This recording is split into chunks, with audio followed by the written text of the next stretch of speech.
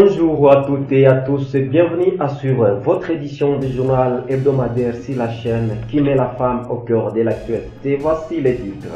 La ville de Bukavu est envahie par les déchets plastiques et la consommation de ces matériaux ne cesse d'augmenter. Cela impacte directement à la production du courant électrique dans la ville. À l'occasion de la journée internationale des enfants victimes innocents de l'agression, les centres de récupération des enfants, orphelins et femmes victimes de guerre lancent un cri d'alarme et appellent urgent à l'aide humanitaire. Les détails à suivre dans cette édition du journal. Bienvenue.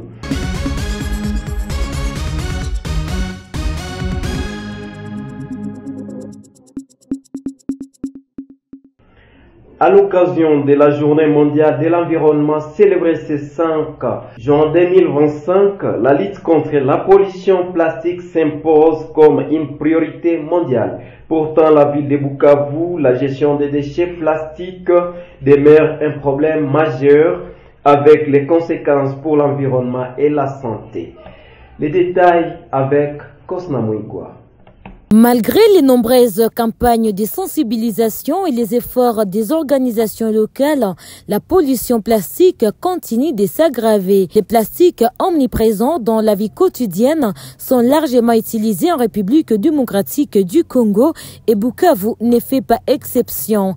Après usage, ces matériaux non biodégradables s'accumulent dans le riz, polluent les lacs Kivu et s'infiltrent dans l'eau potable. Ils polluent également le barrage de Ruzizi. Cela a impacté directement sur l'alimentation du courant électrique dans la ville de Bukavu. Ces déchets-là, en arrivant ici au barrage, ils viennent bloquer l'entrée de l'eau dans les conduites pour faire tourner les machines.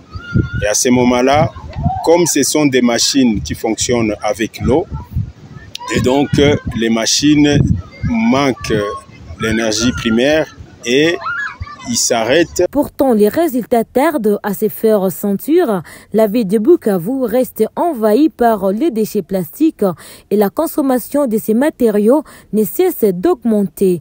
Un constat qui pousse le militant à interpeller les autorités et les citoyens sur la bonne gestion de déchets plastiques. Déjà, ce sont des mesures alternatives que nous pouvons recommander aux autorités de vraiment de contraindre l'utilisation de sacs en papier. Il y a aussi par exemple une recommandation que je peux nous demander à nous tous qui font des activités économiques, de placer toujours des poubelles par. Chaque le 4 juin de l'année, le monde célèbre la journée internationale des enfants victimes innocentes de l'agression. Mais cette année, et plus particulièrement dans l'Est de la République démocratique du Congo, cette journée a résonné avec une douleur plus particulière. À cette occasion, les centres de récupération des enfants orphelins et femmes victimes de guerre a lancé un appel à l'aide humanitaire aux enfants vivant à ces centres.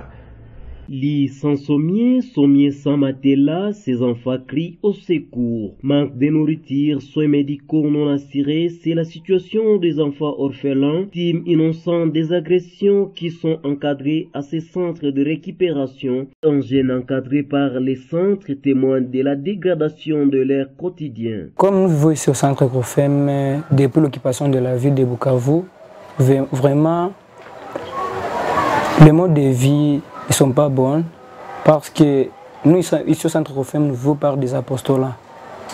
Et ces jours-ci, depuis la prise de la ville, il y a la diminution des... Faïda Boudiriri, orpheline de ses deux parents, exprime également leur détresse. À ce cas ici, on ne trouve pas même de visite, on n'a pas à manger, on n'a pas des habits, on n'a rien du tout ici parce que les gens qui viennent ici n'arrivent pas encore. De ces centres nous a partagé son inquiétude. Les deux parties en conflit doivent savoir que ce conflit-là est en train de dégénérer jusqu'au niveau plus bas. Au niveau plus bas, et qu'il y a les enfants qui en pâtissent. Prenons le cas de notre organisation CROFEM. Nous n'avons jamais été financés, pas même assistés par l'État congolais.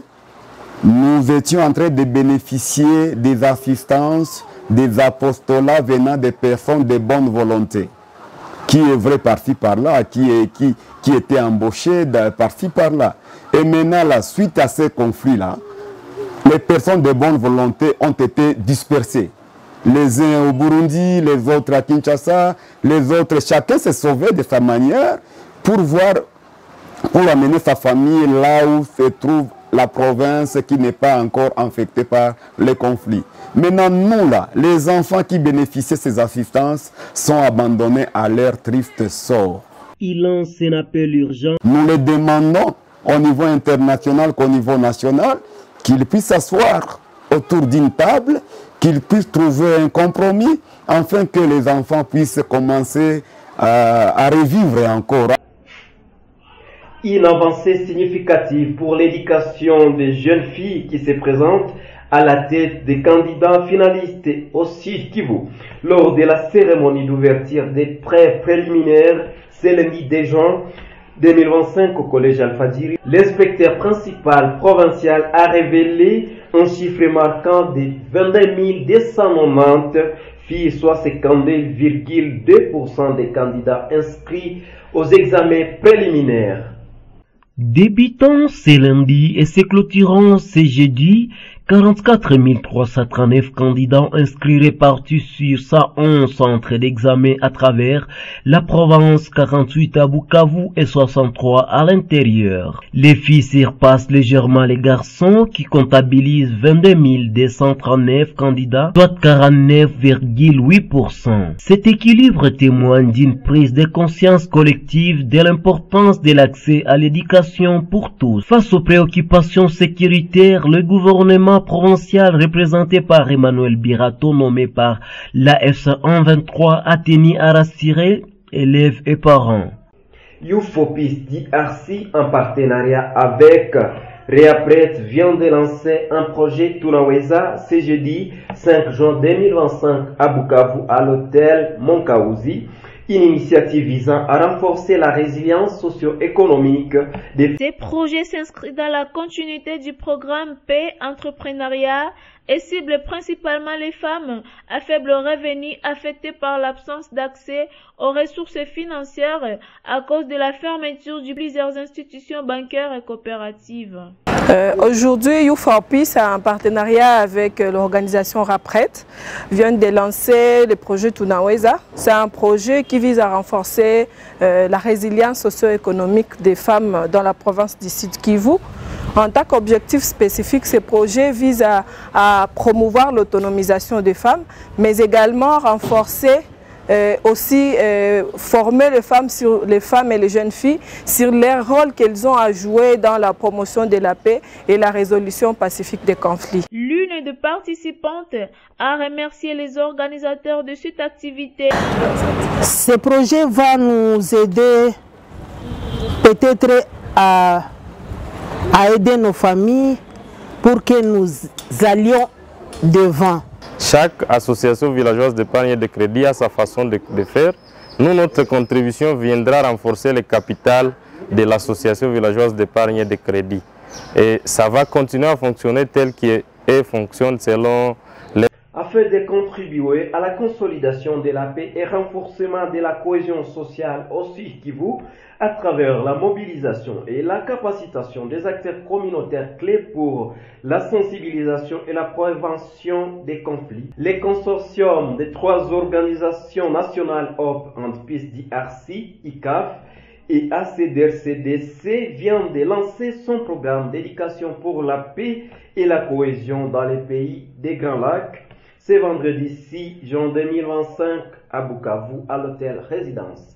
Des projets pilotes qui visent à identifier les causes des conflits au niveau de la base va s'étendre sur une année. 473 leaders communautaires, chefs de quartier, chefs d'avenue pour les 3 communes. 60 jeunes et femmes leaders vont être formés sur les techniques de communication pour la paix, la résolution des conflits et la cohésion sociale. Nous voulons un changement de comportement qui va nous amener à la paix et à la cohésion pour que chaque population, chaque communauté, chaque déplacé interne ou externe ou la population haute se sente à l'aise de vivre avec l'autre, pour que chaque personne se sente à l'aise de parler ou de demander quelque chose à l'autre sans qu'il y ait stigmatisation, stéréotypes et des langages déplacés. Voilà. C'est possible. C'est possible parce que la paix et la cohésion sociale, c'est un changement de comportement. Et si nous visons les changements de comportement, on arrive à déceler cela, je pense que ça peut aller. Mais c'est un concours de tous, à tous les niveaux. Et nous voulons que la paix commence par les leaders, notamment les chefs de quartier, qui vont aussi amener jusque dans nos familles ces changements.